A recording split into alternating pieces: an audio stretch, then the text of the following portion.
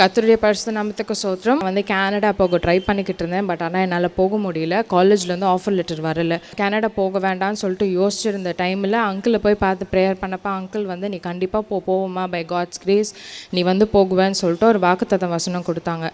அதே மாதிரி 1 வீக்கில் காலேஜ்லேருந்து எனக்கு ஆஃபர் லெட்டர் இந்த மந்த் எண்ட் நான் கனடா போய் படிக்கிறேன். கர்த்தர் பரிசுத்த நாமத்துக்கு ஸ்தோத்திரம். எங்களுக்கு ஒரு பணம் வர வேண்டியது தடைப்பட்டுக்கிட்டே இருந்துச்சு. அதுக்காக நாங்கள் இங்கே பொருத்தனை பண்ணி ஜெபம் பண்ணிட்டு இருந்துகிட்டே இருந்தோம். அந்த பணம் எங்களுக்கு ஆண்டவர் கிடைக்கிறதுக்காக கொடான கொடி ஸ்தோத்திரம்.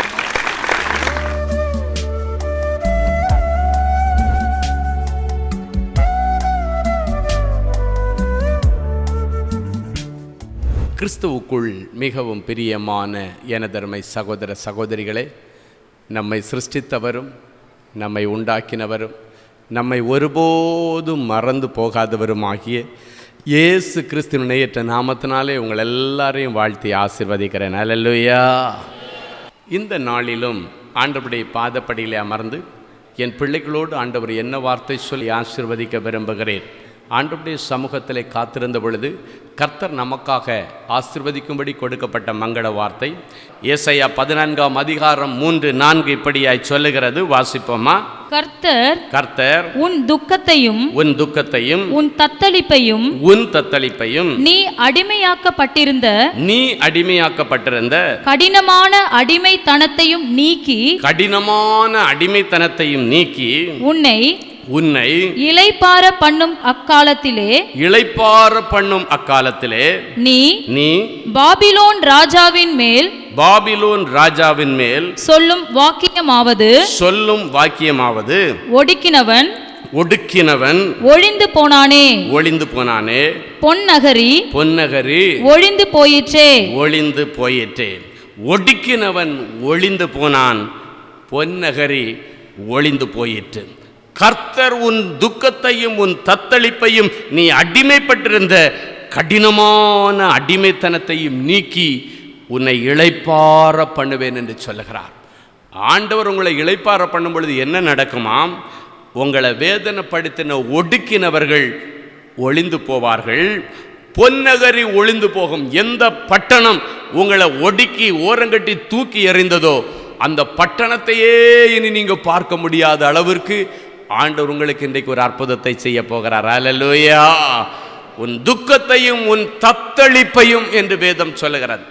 சிலர் சொல்லுவாங்க, நான் நடுக்கடலில் தத்தளிக்கிற ஒரு மனுஷனை போல இந்த கடனில் தத்தளிச்சிட்டு இருக்கிறேன், இந்த அவமானத்தில் தத்தளிச்சிட்டு இருக்கிறேன், இந்த வியாதியில் தத்தளிச்சிட்டு இருக்கிறேன்.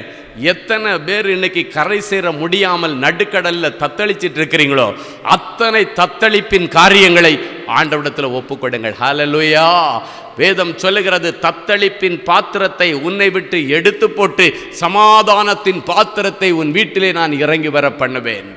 உன்னை தத்தளிக்க பண்ணின பாத்திரங்கள், உன்னை தத்தளிக்க பண்ணின சம்பவங்கள், உன்னை தத்தளிக்க பண்ணின காரியங்களை உன்னிடத்திலிருந்து நான் எடுத்து போடுவேன் என்று சொல்லுகிறார். எடுத்து போட்டு சமாதானத்தின் பாத்திரத்தை உங்கள் மேலே இறங்கி வர பண்ணுவேன்.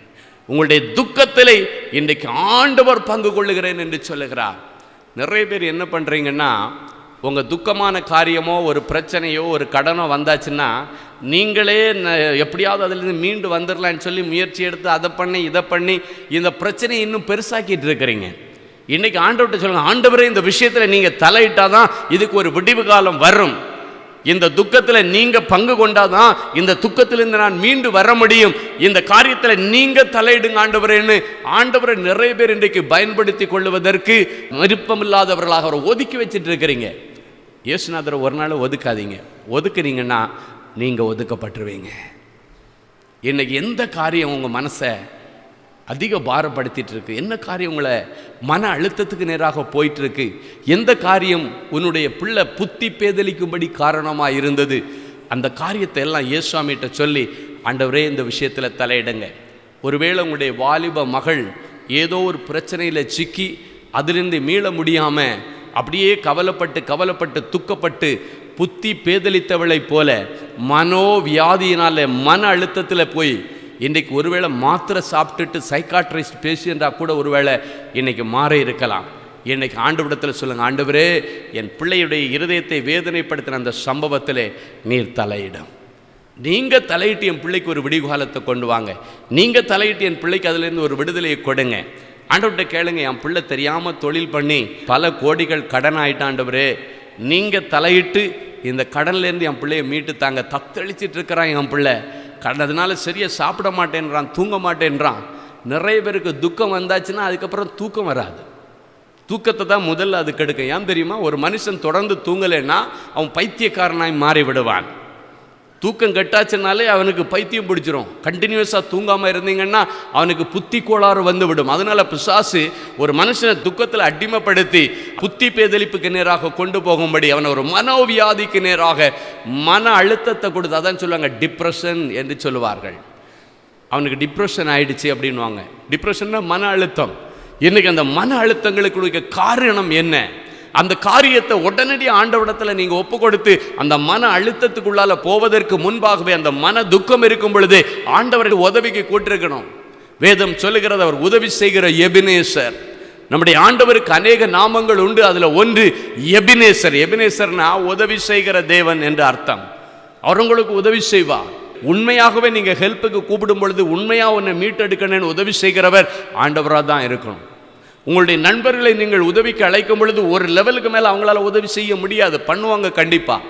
உங்களுடைய சொந்த பந்தங்களை நீங்கள் கூப்பிடும் பொழுது ஒரு அளவுக்கு தான் அவங்க உதவி செய்ய முடியும்.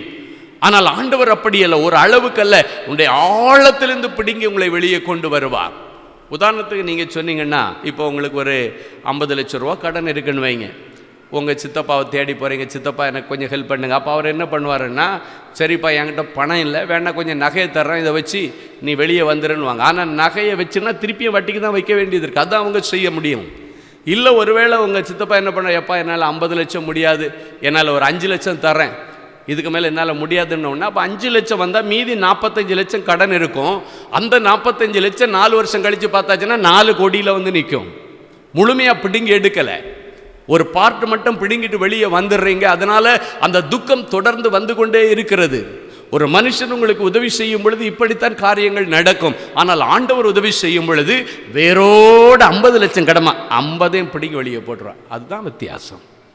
அதுதான் ஆண்டவரை தலையீடு நீங்கள் பண்ணணுன்றது. இன்றைக்கி ஒருவேளை நீங்கள் கடனில் சிக்கி தத்தளித்து கொண்டு உங்களுடைய கடன் தான் உங்களுக்கு ஒரு பெரிய மனவேதனையும் மனோ துக்கத்தையும் கொடுத்துருக்குன்னா, ஆண்டவரே இந்த முழு கடனை அடைக்க எனக்கு ஒரு வழியை திறப்பீராக, இந்த முழு கடன்களை அடைக்கும்படி எனக்கு உதவி செய்யும். நான் கடந்த சில மாதங்களுக்கு முன்பாக அபுதாபி தேசத்திற்கு ஊழியத்திற்கு போயிருக்கும் பொழுது ஒரு நல்ல டாக்டராக இருக்கக்கூடிய ஒரு சகோதரி, அவருடைய கணவனார் ஆடிட்டிங் பிஸ்னஸ் பண்ணுறேன்னு சொல்லிட்டு தனியாக ஆஃபீஸ் வச்சு நிறைய நஷ்டங்களை கொண்டு வந்து விட்டார். அது மட்டும் இல்லை, நம்ம செய்கிற தப்பு என்னென்னா, கொஞ்சம் கையில் பணம் வந்த உடனே, கொஞ்சம் சம்பளம் வந்த உடனே அதை வாங்கி இதை வாங்கி கடனை போட்டு அப்படி பல இடங்களில் கொண்டு போய் சில இன்வெஸ்ட் பண்ணிவிட்டு, கடனை வாங்கி இன்வெஸ்ட் பண்ணாதீங்க. அந்த பிள்ளைங்க செய்த பெரிய தவறு. இன்றைக்கி கோடி கணக்கில் கடனை வச்சுட்டு ஊரை விட்டு ஓடனா போதுன்ற நிலைமையில் அவங்க அங்கே இருக்கிறாங்கன்னா காரணம் என்னென்னா, ஞானமில்லாத காரியம். உள்ளே போய் சேர்ந்த உடனே அவங்க இத்தனைக்கு ஒரு டாக்டர், அவனுடைய கணவனார் ஆடிட்டர். அவங்க போன உடனே லோன் கிடைக்குதுன்னா எத்தனையோ லட்சம் ரூபாய் கடனை வாங்கி ஊரில் எங்கேயோ ஒரு இடத்துல ஒரு தோப்பை என்னமோ ஒன்று வாங்கி போட்டுட்டாங்க. கடனை வாங்கி தோப்பை வாங்குறாங்க. என்னாச்சு, இப்போ தோப்பு அப்படியே விற்க முடியலை, அது அப்படியே கிடக்குது. ஆனால் அங்கே கடனுக்கு வட்டி கட்ட முடியாமல் அப்படியே எகிரி எகிரி எகிரி எகிரி அவருடைய புருஷனுக்கு தொழில் செய்து வைக்கிறேன்னு சொல்லி எத்தனையோ லட்சம் ரூபாய் பணம் போட்டு தொழில் பண்ணி கொடுத்து அந்த தொழிலில் நஷ்டம், எல்லாம் நஷ்டமாகி கடைசியாக அந்த ஊரை விட்டே ஓடிட்டு வந்துட்டாங்க. இங்கே வந்ததுக்கப்புறம் இனி திருப்பி ஊருக்கு அங்கே போய் ஏதாவது பண்ணலான்னு சொல்லி அவங்க தகப்பனாரிடத்தில் கேட்கும்போது இந்த பிள்ளை ஒரு பொய் சொல்லிட்டா, எவ்வளோம்மா கடன் இருக்குது, 1 கோடி ரூபா தான் எனக்கு கடன் இருக்குது டேடி அப்படின்னு. ஒன்று அவர் ஒரு பெரிய சொத்தை விற்று மகளுக்கும் மருமகனுக்கும் உதவி செய்யலான்னு சொல்லிட்டு 1 கோடி ரூபா கொடுக்குறாரு. பாருங்கள், அந்த 1 கோடி ரூபா கேட்கும் பொழுது இன்னொரு 50 லட்சம் எனக்கு கடன் இருக்குது அப்படின்னா இன்னொரு 1/2 கோடி இருக்குது, அதையும் சேர்த்து அவர் சொல்லலை. தன்னுடைய தகப்பனாரிடத்தில் ஒன்று தான் சொன்ன, அதான் அவசரப்பட்டு சொல்லிட்டா ஒன்றுன்னு. அவர் 1 ரூபா கொடுத்து இனி இதோட நீங்கள் பிழைச்சிக்கிங்க, இதுக்கு மேலே நீங்கள் அங்கே போய் கடலில் இருக்கக்கூடாது, எல்லாத்தையும் அடைக்கணும்னு சொன்னால் 1 கோடியை கொண்டு போய் கடனை அடைச்சாங்க. இன்னும் 50 லட்சம் இன்றைக்கி பல கோடியாக மாறிப்போச்சு. அதான் சொன்னேன் வித்தியாசம். சொன்னாங்க என்ன செய்கிறதுன்னு தெரியலையா, இதுலேருந்து எப்படி மீண்டு வர்றதுன்னு தெரியல, எல்லாத்தையும் உள்ளே போட்டுட்டோம்.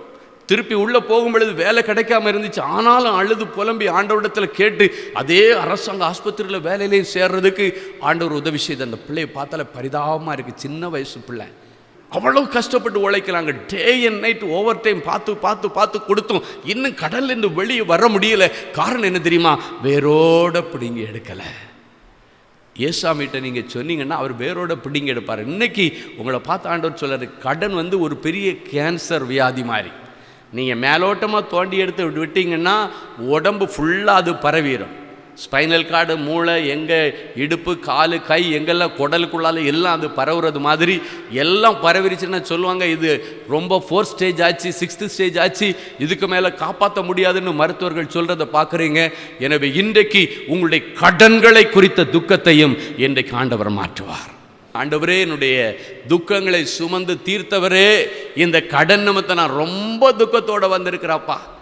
இந்த கடன் வாங்கினதை நிமித்தம் கடனாளி கேட்குற கேள்வி என்னுடைய செவிகளில் கேட்க முடியல, அவ்வளவு கேவலமாக இருக்குது. இத்தனை கடனில் இருந்தாலும், எவ்வளவு லிஸ்ட்டில் இருந்தாலும் இன்றைக்கி ஆண்டவரிடத்தில் ஒப்பு கொடுங்க. உங்கள் துக்கத்தை ஆண்டவர் இன்றைக்கு சுமந்து தீர்ப்பார். அப்படின்னு அவங்க கடன்களை ஆண்டவர் இன்றைக்கி சுமந்து தீர்ப்பார். ஹல்லேலூயா. சிலர் பார்த்தீங்கன்னா அடுத்தவங்களை பார்த்து சூடு வச்சுக்கிறது. ஒரு நாள் அதை நீங்கள் பண்ணக்கூடாது. அடுத்தவங்க கார் வாங்கிட்டாங்களா, நான் கார் வாங்கணும். அடுத்தவங்க வீடு கட்டிட்டாங்களா, நான் வீடு கட்டணும்.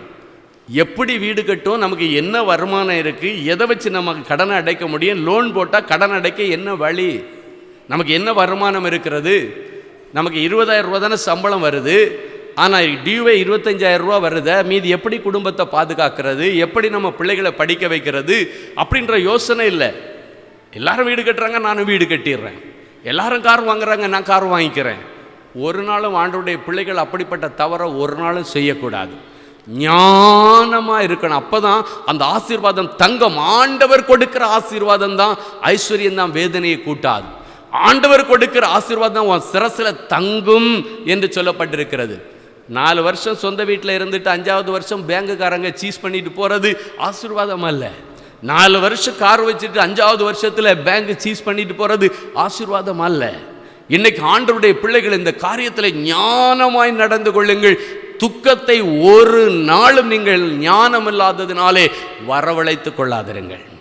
இன்னைக்கு வரைக்கும் உங்களுடைய தோல்விக்கு காரணம், துக்கத்துக்கு காரணம் ஏதோ ஒரு காரியத்திலே ஆண்டவருக்கு சித்தமில்லாத ஒன்றில் இறங்கி இன்று நீங்கள் சிக்கி இருக்கலாம். ஒரு சகோதரி சொன்ன காரியம் என்னென்னா, எனக்கு ரொம்ப துக்கம். அதான் அந்த பார்த்தீங்கன்னா சில நேரங்களில் சிக்கக்கூடாத இடத்துல சிக்கிட்டேன்னா அப்படி தான்.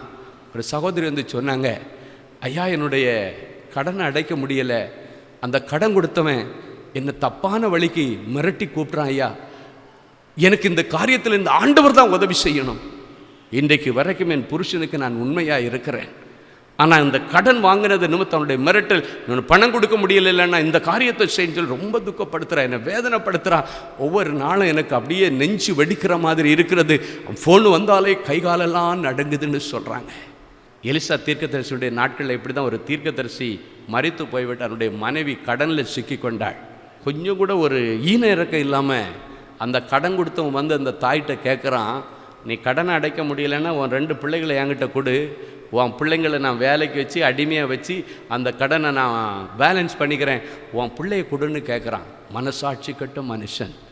யோசித்து பாருங்க, எந்த தாய் தன்னுடைய புருஷன் பட்ட கடனுக்காக பிள்ளையை கொண்டு போய் ஈடு கொடுப்பாங்க? யோசித்து பாருங்க. எந்த தாய்க்கு அந்த மனசு வராது? அழுது துடித்தாள். துக்கத்தோடு தீர்க்கதரிசியாகி எலிசாவை தேடி ஓடினாள். ஐயா, நான் இப்படி ஒரு இக்கட்டில் சிக்கி கொண்டிருக்கிறேன், ஒரு பயங்கரமான ஒரு காரியம் எனக்கு முன்பாக நிற்கிறது, ஒரு எதிர்ப்பு எனக்கு முன்பாக நிற்கிறது, ஒரு சவால் எனக்கு முன்பாக இருக்கிறது, என்னுடைய பிள்ளைகள் அழிவுக்கு நேராக போகக்கூடிய ஒரு சூழ்நிலை இருக்கிறது, நான் துக்கத்தோடு வந்திருக்கிறேன் என்று தீர்க்கதரிசியை தேடி ஓடி போனேன். என்னம்மா உனக்கு பிரச்சனைன்னு கேட்டார். அவர் சொன்னா, என்னுடைய புருஷனாகிய தீர்க்கதரிசி நமக்கு தெரியுமே, அவர் பட்ட கடன் அவர் மரித்ததற்கு பிறகும் என் மீதும் என் பிள்ளையின் மேலும் சுமத்தப்பட்டிருக்கிறது. அதன் நிமித்தம் அந்த கடன்களை அடைக்க முடியாததினாலே கடன் கொடுத்தவர்கள் என் பிள்ளைகள் 2 பேரையும் அடிமைகளாக கேட்குறாங்க. கடனுக்கு பதிலாக என் பிள்ளையை எப்படி கொடுக்க முடியும்? உடைந்து போன துக்கத்தோடு போனாள் அந்த ஸ்திரீ. அப்பொழுது தான் எலிசா தீர்க்கதரிசி சொன்னார், உங்ககிட்ட என்ன தான் இருக்குன்னு கேட்டார். அப்போ ஒரே வார்த்தை சொன்ன, ஐயா ஒரு குடத்தில் கொஞ்சம் எண்ணெய் மட்டும்தான் இருக்குது அப்படின்னு. உடனே சொன்னார், நீ போ வீட்டுக்கு போய் உங்கள் பக்கத்தில் இருக்கிற எல்லா வீட்டில் உள்ள காலிப்பானை எல்லாம் வாங்கி வச்சுட்டு உங்ககிட்ட இருக்கிற அந்த எண்ணெயை ஒவ்வொரு குடத்துலையா நீ ஊற்றிக்கிட்டே இரு. நீ ஊற்ற ஊற்ற ஊற்ற அப்படியே திறக்கப்பட்ட நீரூற்று மாதிரி எண்ணெய் வந்து கொண்டே இருக்கும். ஹல்லேலூயா. நேரம் போனால் அக்கம் பக்கத்தில் இருக்கிற எல்லா வீட்டில் உள்ள காலி பானைகளை எல்லாம் எடுத்துகிட்டு வந்துட்டா. எடுத்து வந்துட்டு கையில் இருந்த அந்த கொஞ்சம் எண்ணெயை எடுத்து ஊற்ற ஊற்ற எல்லா பானைகளும் நிரம்பும் பொழுது இன்னும் அந்த பானையிலிருந்து எண்ணெய் அப்படி ஊற்றெடுத்து வந்து கொண்டே இருந்தது. அப்போ பிள்ளைகள்கிட்ட கேட்குற, வேற காலி பானையே இல்லையா? பிள்ளைங்க சொன்னாங்க, நம்ம ஊர்லேயே இனி காலி பானை இல்லை, ஊரில் உள்ள எல்லா காலி பானையும் நம்ம வீட்டுக்குள்ளே வந்துருச்சு, ஊர் பானை எல்லாம் நிரம்பிருச்சு அப்படின்னு சொல்லாங்க. அவ்வளோதான். அடுத்த நிமிஷத்தில் மீண்டும் தீர்க்கதரிசிட்ட போனா. அவன் சொன்னா, இந்த எண்ணெயை எடுத்து விற்று உன்னுடைய கடனை அடைத்து மீந்ததை கொண்டு உன் பிள்ளைகளை நீ போஷித்துக்கொள். இன்னைக்கு ஆண்டவர் ஏதோ ஒரு வழி வச்சிருக்கிறார். ஏதோ ஒரு குடம் எண்ணெய் இல்லைன்னாச்சுன்னா அரை குடம் எண்ணெய் இல்லை, ஏதோ ஒன்று உங்ககிட்ட இருக்கும். சில நேரங்களில் என்கிட்ட கவுன்சிலிங் வரும்பொழுது சிலர் வருவாங்க, ஐயா நான் இத்தனை கோடி கடனில் இருக்கிறேன், இத்தனை லட்சம் கடனில் இருக்கிறேன், எப்படி வெளியே வருகிறதுன்னு தெரியலை. ஆண்டவர் உங்ககிட்ட என்ன இருக்குன்னு கேட்பார். கடைசியாக சொல்லுவாங்க, என்கிட்ட இருக்கிறது ஒரு வீடு தான், இல்லைன்னா என்கிட்ட இருக்கிறது ஒரு 5 சென்ட் நிலம் தான் இருக்குது, இல்லைன்னா ஒரு தோப்பு தான் இருக்குது, அது விற்றா இதுக்கு வட்டிக்கே பத்தாது, எப்படி கடன் அடைச்சி வெளியே வர்றது? நான் சில நேரங்கள் அழுது ஆண்டவர்கிட்ட சொல்லுவேன், ஆண்டவரே அன்றைக்கு தீர்க்கதரிசி மூலமாக தீர்க்கதரிசியுடைய மனைவிக்கு ஆண்டவர் ஒரு அற்புதம் செய்தது போல் இந்த காரியத்தில் ஒரு அற்புதத்தை செய்யணும்னு சொல்லி அவளை ஆசீர்வதித்து நல்ல ஆலோசனை கொடுத்து அனுப்புவேன். எல்லா கடங்காரங்களை கூப்பிட்டு உட்கார வச்சுட்டு, ஒரே சொத்து தான் இருக்குது, இதில் என்னென்ன பங்கு போடணுமோ அழகாக அந்த வட்டியெல்லாம் கழிச்சிட்டு அசலில் எவ்வளோ யார் யாருக்கு செட்டில் பண்ண முடியுமோ கரெக்டாக செட்டில் பண்ணுறதுக்கு அழகாக அந்த பிள்ளைகளுக்கு ஆண்டவர் நல்ல ஆலோசனைகளை கொடுத்து அழகாக அந்த கடன்களை தீர்த்து வெளியே கொண்டு வருவதற்கு ஆண்டவர் உதவி செய்திருக்கிறார். அல்லேலூயா. அவன்கிட்ட ஆலோசனை கொடுத்து அனுப்பும் பொழுது ஆண்டவர்கிட்ட சொன்னோம், ஆண்டவரே இந்த பிள்ளைங்கள்ட்ட இருக்கிறது விற்றா இவ்வளோ தான் வருது, ஆண்டவரே இதை எப்படி பேலன்ஸ் பண்ணி கொடுக்கறதுன்னு நீங்கள் தான் டிசைட் பண்ணணும். அது மட்டும் இல்லை, இந்த கடனாளிகள் கண்களில் என் பிள்ளைகளுக்கு தயவு கிடைக்கணும். சிலர் வந்து சொல்லுவாங்க, உன்னை வெட்டிடுவேன், குத்திடுவேன், கழுத்தை நெரிச்சிருவேன்னு சொன்னவங்க எல்லாம் இந்த ஜெபத்துக்கு பிறகு அப்படியே அடங்கிடுவாங்க. ஜெபம் பண்ணி அனுப்பும், ஆண்டவரே நீங்கள் தலையிட்டு அவங்கள கண்ட்ரோல் பண்ணுங்கள், நீங்கள் தலையிட்டு இந்த விஷயத்தில் ஒரு அற்புதத்தை செய்யுங்க அப்படின்னு சொல்லி அனுப்புனா ஆண்டவர் தெற்கத்திய வெள்ளங்களை திருப்புகிறவர் கடனாளிகளுடைய இருதயத்தை திருப்புவார். எத்தனை சாட்சி நான் பார்த்துருக்கேன் தெரியுமா? வேதனையோடு வருவாங்க. ஒரு முறை வந்து ஒரு சகோதரர் சொன்னார், என்னை கொன்னுருவேன்னு சொன்னான். திடீர்னு வந்து 3 லட்ச ரூபா பணத்தை கையில் கொடுத்து, இந்தப்பா இது ஏன் பணம் இல்லை ஓம் பணம் தான், நான் உங்கள்கிட்ட கொடுத்த விட பல மடங்கு வட்டி வாங்கியாச்சு, இன்னும் அசல் தீரலைன்னு பார்த்தா எங்கள் சாமியே என்னை மிரட்டி நீ தான் அவனுக்கு கடங்காரன்னு சொல்லி இதை கொடுக்க சொல்லியிருக்கு இந்தான்னு சொல்லி கொண்டு கொடுத்தாரு. 25 வருஷமாக தண்டல் வாங்கிட்டு இருந்திருக்கிறார் ஒருத்தர்கிட்ட. அந்த 25 வருஷமாக தண்டல் வாங்கினாலும் அசல் இன்னும் இருக்குதுன்னு சொல்லிட்டு வாங்கிட்டே இருக்கிறாங்க வட்டியை. ஆனால் திடீர்னு ஒரு நாள் வந்து மிரட்டிட்டோன்னா, நாளைக்குள்ளே காசு கொடுக்கலன்னா கடையில் இருக்கிற சாமான் எல்லாத்தையும் தூக்கி வெளியே போட்டுட்டு உன்னை கேவலப்படுத்திடுவேன்னு போனான்னு சொல்லிட்டு கழுது கொண்ட புருஷனும் மனைவியும் அந்த பிள்ளையை தூக்கிட்டு வந்தாங்க. ஐயா அந்த கடத்தெருவில் எல்லாரும் வேடிக்கை பார்ப்பாங்க, அப்படி ஒரு சம்பவம் நடந்து விடக்கூடாது. அழுத ஆண்டவர்கிட்ட ஜெபம் பண்ண. அதை சொன்ன, ஆண்டவரை அந்த விஷயத்தில் நீங்கள் இழுத்து விட்டுறணும், ஆண்டவர்கிட்ட அந்த பொறுப்பை கொடுத்துடணும். ஆண்டவர்கிட்ட தான் கொடுத்த, ஆண்டவரே இந்த உலகத்தில் எங்களுக்கு நம்பத்தக்க ஒரே ஒருவர் உண்டன்னா நீங்கள் மட்டும்தான், உங்கள் கையில் இந்த பிள்ளைகளை நான் ஒப்படைக்கிறேன், இந்த காரியத்தை நாளைக்கு நீங்கள் ஹேண்டில் பண்ணுங்கள், நீங்கள் தான் இதை ஹேண்டில் பண்ணி என் பிள்ளைகளை இதிலிருந்து வெளியே கொண்டு வரணும், என் பிள்ளைகளுடைய துக்கம் எல்லாம் இன்றைக்கி இந்த இன்னோடு கூட மறைஞ்சு போகணும், இந்த மனுஷனை குறித்து ரொம்ப பயப்படுறாங்க, ஆண்டவரே நீங்கள் தலையிடுங்க. அந்த பிள்ளைகளுடைய கையை பிடிச்சி அப்படியே இயேசுவாமியுடைய கையில் கொடுத்து தான் அனுப்புவேன். அதன் பிறகு அவங்க அடுத்த நாள் அவங்க சொன்னாங்க, அடுத்த நாள் கடைக்கு முன்னால் எல்லாத்தையும் வெளியே தூக்கி போட்டு கேவலப்படுத்திடுவேன்னு சொன்னவர் வரும்பொழுதே 3 லட்ச ரூபா பணத்தோடு வந்தாராம். வந்து சொன்னாராம், இத்தனை வருஷமாக நீ என்கிட்ட வட்டி கட்டிகிட்டு இருக்கிற, நான் கொடுத்ததை விட பல மடங்கு நீ வட்டி கட்டியாச்சு, இது ஏன் பணம் இல்லை ஓம் பணம் தான், நான் தான் உனக்கு கடங்காரன், இந்த 3 லட்ச ரூபாயை வச்சு எனக்கு நீ தரவே வேண்டாம், என் எங்கேயும் தண்டல் வாங்காமல் உன் கடையில் இருக்கிற எல்லா காலி ராக்கெல்லாம் நிரப்பிடுனார். ஹல்லேலூயா. அன்பின் பரலோக பிதாவே உமக்கு நன்றி. எங்களுடைய பாடுகளை ஏற்றுக்கொண்டு துக்கங்களை சுமந்தேன் என்று இன்றைக்கு எங்களிடத்தில் சொன்னேன். குறிப்பாக நாங்கள் அன்றாடம் சந்தித்து வருகிற எங்களுடைய சோதனைகளின் நிமித்தம் வருகிற துக்கங்கள், உபத்திரவங்களின் நிமித்தம் வருகிற துக்கங்கள், சிக்ஷையினால் உண்டாகிற துக்கங்களுக்கு சமாதானமான பலனை தருவேன் என்று சொன்னீர். இன்றைக்கும் என் பிள்ளைகளுக்கு ஆண்டவர் ஒருவேளை விசுவாச சோதனைக்காக சில சிக்ஷைகளை அனுபவித்திருந்தால், சில வேதனைகளை நீர் அனுமதித்திருந்தால் அவைகள் எல்லாம் இன்றைக்கு சமாதானமான பலனை தரும்படி என் பிள்ளைகளை ஆசீர்வதிக்கிறேன். யோபுவை போல எனக்கு மாறுதல் எப்பொழுது வரும் என்று கேட்டுக்கொண்டிருக்கிற பிள்ளைகளுக்கு இந்த நிமிஷத்தில் ஒரு மாற்றத்தை தாரும். இவருடைய கடன்கள் மாறட்டும், இவருடைய நிந்தைகள் மாறட்டும், இவருடைய குடும்பத்தில் இருக்கிற அழிவுகளும் நாசங்களும் மறைந்து போகட்டும், இவர்கள் அனுபவித்த கொடுமைகளுக்கும் கொடூரங்களுக்கும் முடிவு உண்டாகட்டும். புருஷனிடத்திலிருந்து அனுபவித்த கொடுமைகள், மாமியாரிடத்தில் அனுபவித்த கொடுமைகள், மனைவியிடத்தில் அனுபவித்த கொடுமைகள், அத்தனை கொடுமைகள் நிமித்தம் நடந்த துக்கங்களுக்கு ஆண்டவர் இன்றைக்கு ஒரு முடிவை கொண்டு வந்து யோபுக்கு இரட்டத்தனையாய் ஆசீர்வதித்து கொடுத்தது போல இன்றைக்கு இரட்டத்தனையான ஆசீர்வாதத்தை என் பிள்ளைகளுடைய சிரசில் வைக்கிறேன். இன்றைக்கு பிறகு இவருடைய துக்கம் சமாதானமான பலனை தந்ததற்காய் ஸ்தோத்திரம். அது மாத்திரமல்லப்பா, எந்தெந்த பிள்ளைகள் தன்னுடைய பாவத்தின் நிமித்தம் ஆண்டவர் அநேக காரியங்களிலே தனக்கு எதிர்மறையாக இருக்கிறதை உணர்ந்தும் இன்னும் தொடர்ந்து அந்த பாவத்தை செய்து கொண்டிருக்கிறார்களோ, இவர்கள் பாவத்தின் நிமித்தம் பெற்றுக்கொண்டிருக்கிற எல்லா துக்கங்களுக்கு இன்றைக்கு ஒரு முடிவை கொண்டு வர இவர்களை நீர் பரிசுத்தப்படுத்துவீராக. அந்த பாவத்திலிருந்து என் பிள்ளைகளை மீட்டெடுப்பீராக. உணர்வுள்ள இருதயத்தை இவர்களுக்கு பொருத்துவீராக. ஆண்டவர் அருவருக்கிற எந்த ஒரு பாவத்திலும் விழுந்து அதன் நிமித்தம் தாங்களே தங்களை உருவ குத்தி கொள்ளாதபடிக்கு ஆண்டவர் இன்றைக்கு என் பிள்ளைகளுக்கு அனுக்கிரகம் பண்ணும். பாவத்தினால் உண்டான துக்கங்களுக்கு முடிவை கொண்டு வர இன்றைக்கு என் பிள்ளைகள் ஒரு தீர்மானம் எடுப்பார்களாக. தானியேல் ஒரு நாள் தீர்மானம் எடுத்தான், ராஜாவின் மதுபானமும் திராட்சை ரசமும் தன்னை தீட்டுப்படுத்தல் ஆகாது என்று சொல்லி அதில் உறுதியாயிருந்தான். அதன் நிமித்தம் கர்த்தர் அவனுக்கு ராஜாவின் கொலுமண்டபத்தை கொடுத்தீர். இன்றைக்கும் என் பிள்ளைகள் தீர்மானம் எடுத்து அதன் நிமித்த ராஜாவின் கொலுமண்டபத்தை தக்க வைத்து கொள்ள, நல்ல வேலையை தக்க வைத்து கொள்ள, நல்ல எதிர்காலத்தை தக்க வைத்து கொள்ள, நல்ல ஒரு ஆவிக்குரிய சமாதான புருஷனை பெற்றுக்கொள்ள, நல்ல கற்பத்தின் கனிகளை பெற்றுக்கொள்ள சேனைகளின் கர்த்தரின் பிள்ளைகளுக்கு அனுக்கிரகம் பண்ணுவீராக. எல்லா தடைகள் உடைக்கப்படுவதாக இயேசுவின் மூலம் பிதாவே, ஆமேன், ஆமேன். அன்பு தேவனுடைய பிள்ளைகளே, இந்நிகழ்ச்சியின் மூலம் நீங்கள் பெற்றுக்கொண்ட ஆசீர்வாதங்களையும் உங்கள் ஜெப விண்ணப்பங்களையும் அனுப்ப வேண்டிய முகவரி தேவனின் அன்பு ஊழியங்கள், எண் 340B பார் 1A 3B1 Vinayak avenue, OMR road, Okkiyam, Thoraipakkam, Chennai 600097. இது இந்தியன் ஆயில் பெட்ரோல் பங்க் எதிரில் அமைந்துள்ளது மற்றும் காக்னிசன்ட் டெக்னாலஜி சொல்யூஷன்ஸ் அருகிலும் அமைந்துள்ளது. மின்னஞ்சல் prayer@godsloveministries.co.in.